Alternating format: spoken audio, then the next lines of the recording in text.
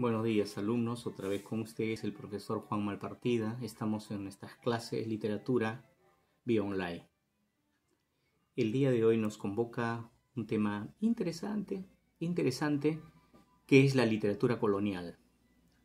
La colonia se instaura aproximadamente a partir del año 1600 y va hasta 1780, en el que Túpac Amaru se rebela, iniciándose un periodo que se denomina independencia. En esta clase vamos a ver 3 escritores pertenecientes a la época colonial en el Perú. Uno es una dama, Amaryllis. 2 es un escritor español radicado en el Perú, Juan del Valle. Y tercero es un escritor criollo. ¿A qué se llama criollo? Hijo de españoles nacidos en estas tierras. La sociedad colonial. La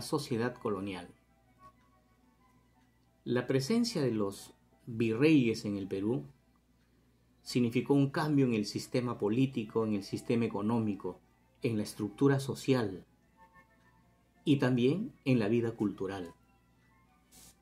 La literatura quechua o la literatura en aymara o la literatura en lenguas aborígenes no existía, estaba prohibida. Y la literatura tenía que ser solo y estrictamente en castellano. Ahora, la influencia que llegaba a nuestra literatura en la época colonial venía del mundo clásico de Grecia y de Roma a través de obras que traían los sacerdotes o traían los hombres cultos a las bibliotecas.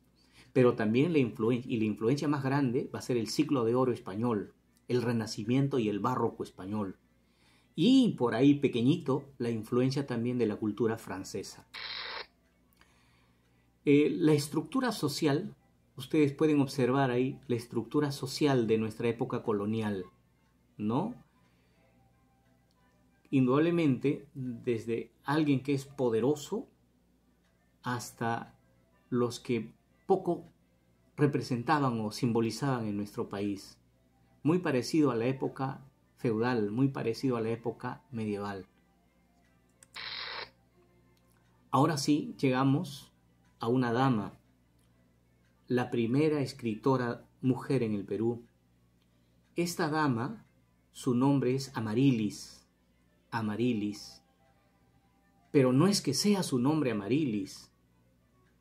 Ella nunca quiso firmar con su nombre, debido a que en la época colonial, chicos, chicas, debido a que en esta época colonial las mujeres estaban prohibidas de escribir. Las mujeres podían ser o monjas o amas de casa. Ella optó por ser monja, no por vocación, sino monja porque no quería ser casada con hombres mayores. Entró a la vida religiosa y en la vida religiosa empezó a leer poemas de Grecia, poemas de Roma, poemas de España, y fue volviéndose una dama culta y sensible para escribir poesía. Y su nombre se ha llegado a saber muchos años después de su muerte, el nombre verdadero. Aún así es una hipótesis. Se dice que su nombre verdadero era María Rojas y Garay, una mujer cuyos padres eran españoles que se instalaron en Huánuco y que ella tuvo que ponerse un sobrenombre Amaryllis para evitar que sepan que ella escribía poesía. Ahora, su poesía no va a ser publicada en el Perú, va a ser publicada en España. Les cuento la historia. Amaryllis, esta sensible dama en un convento, escribe un poema de 335 versos que se denomina Epístola a Belardo. Epístola, ¿qué cosa es? Epístola es una carta. ¿Y Belardo quién era? Belardo era un famoso escritor español que ella había conocido a través de lecturas. Como les dije, ella leía en griego, leía latín y leía perfecto los poemas de el siglo de oro español, y ahí conoció al famoso escritor, ahí les muestro, Lope de Vega. Lope de Vega es el autor de Fuenteovejuna y de una serie de obras. Se dice que él escribió más de 1000 obras, por eso le llamaban el monstruo de la naturaleza. Entonces, nuestra escritora Amaryllis, monja huanuqueña, se enamora de él. Pero ese amor de lejos Y ese amor imposible, ¿cómo se le denomina? Amor platónico. Ella sintió el amor platónico por este escritor y, llevado por este amor platónico, le escribe un poema llamado Epístola a Abelardo, de 335 versos. Y acá tenemos un fragmentito, donde ella le empieza a contar al escritor Lope de Vega quién es ella. Le dice que es una monja, hija de españoles nacidas en Huánuco. Le habla de Huánuco, cómo es Huánuco, el paisaje. Le habla de su hermana, que tiene una hermana. Le habla también de que ella entró a ser al servicio de Dios, pero no por vocación, sino por escapar de determinadas costumbres, y que allí le cuenta, conoció su poesía, su obra de teatro, y que ahí empezó a sentir amor por él. Al final del poema le confiesa su amor, pero también le dice que es un amor imposible y que no puede ser.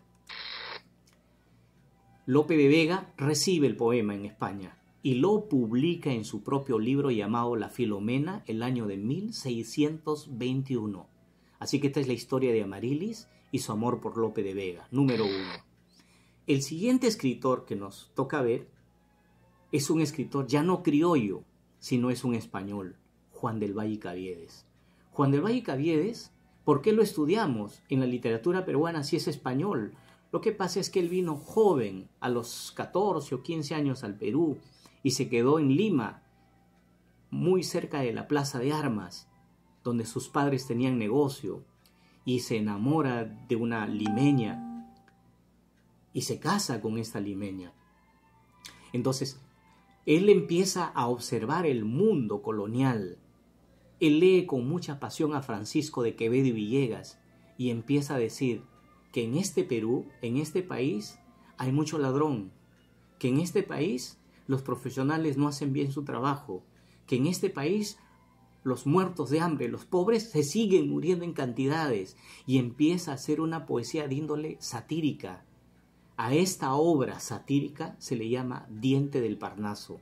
Diente, morder, criticar la situación social. Entonces, cuando a ti te pregunten alguna vez quién es Juan del Valle y Caviedes, Juan del Valle y Caviedes es un poeta de la época colonial, español, que se vino a vivir a los 14 o 15 años a Lima, pero que empezó a mostrar en su poesía los males de nuestra sociedad, criticando a los médicos, abogados, burócratas, funcionarios públicos. Él es un buen discípulo de un escritor llamado Francisco de Quevedo y Villegas.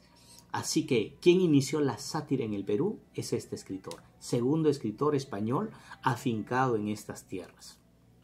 Ahí tenemos un breve poema de él, que luego ustedes lo van a tener y de repente lo van a analizar, si desean lo pegan en su cuaderno.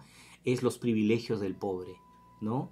No es que critica al pobre, sino dice que si el pobre habla, es hablador, que si el pobre se queda callado, es un tonto. Es decir, al pobre se le achacan todos los males solo por el hecho de ser pobres.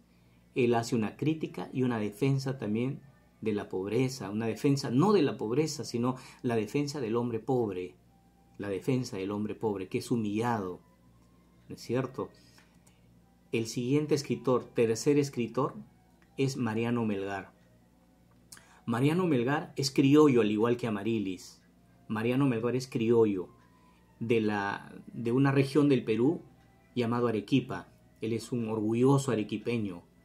Este orgulloso arequipeño quiso ser sacerdote. Estuvo un tiempo estudiando para ser sacerdote, pero conoció a una dama llamada Silvia, que en realidad su nombre no era Silvia, sino era María de los Santos Corrales. Y al igual que Amaryllis se enamoró de Lope de Vega sin conocerlo, Mariano Melgar, sí conoció a María de los Santos. Y María de los Santos también le dio un poco de cariño, pero no le dio todo, le dio un poco de cariño. Y él cometió el error de enamorarse demasiado. Pero esta dama se marchó con otro hombre. Y entonces él empezó a sentir una terrible decepción amorosa.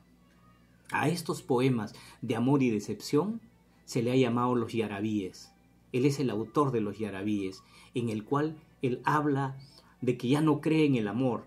Recuerdo uno de sus poemas donde él le suplicaba, le decía: vuelve que ya no puedo vivir sin tus cariños, vuelve mi palomita, vuelve a tu dulce nido. Mira que hay cazadores que te han de tender sus redes, nadie te ha de querer como yo te he querido.